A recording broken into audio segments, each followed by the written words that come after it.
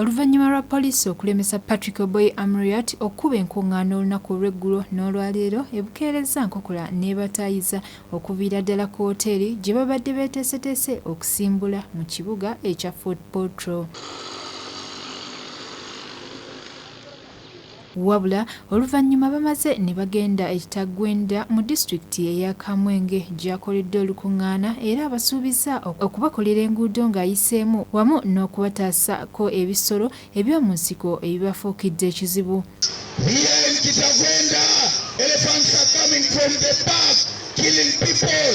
I understand even just last week, 2 children were killed by an elephant. That's straight from the park. We are going to ensure that there is separation between human beings and animals so that animals do not destroy our crops, animals do not kill people. Mu kugenda mu kibuga ky'ekitaggwenda poliisi esoose muzibira kkubo ekibawaliriza okukozesa obukubo obutono obumanyikiddwa nga ppanya okutuuka gye babadde bagenda okukolera enkuŋŋaana wabula kino eno kiwaliriza poliisi okubakubamu omukka ogubalagala.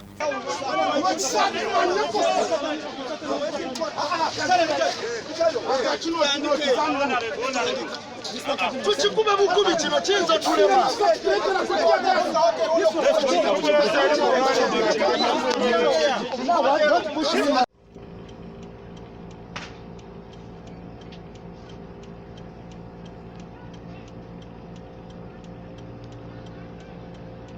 Poliisi ebaweekerezza omukka ogubalagala okutuuka ku byalo bya Bukulungo ne Mahiol.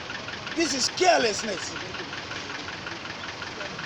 What informs the DPC for an officer of the police to shoot live bullets at a vehicle intended to hurt a presidential candidate?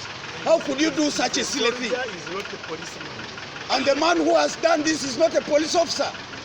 He's a military person putting on police uniform. Shamira Nagawa ne Ramla Katumba, Kra STV Select, Enjawulo.